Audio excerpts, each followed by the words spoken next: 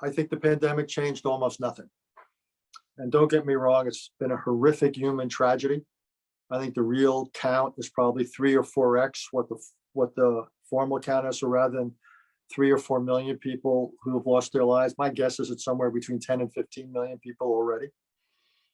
But when I say it hasn't changed much of anything, is all the trends that I discerned in place 18 months ago or 2 years ago, I think are still in place.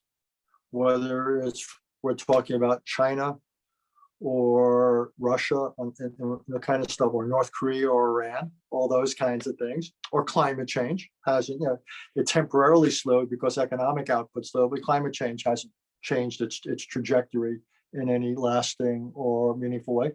Economies will recover. So in terms of the world, I think it really hasn't mattered much. I think it's had some impact on certain debates in the United States about the role of government in the economy. That's less because of the pandemic than it is because of China. We're now looking at a degree of industrial planning here. In terms of the social safety net, yes, I think that's gotten expanded in part because of the pandemic. I think there's an interesting question of to what extent does that endure beyond. And I think we're having a big debate now in the United States, or a growing debate about what's the right size, what's neither too much nor too little a role for government in the economy and in providing a safety net for its people.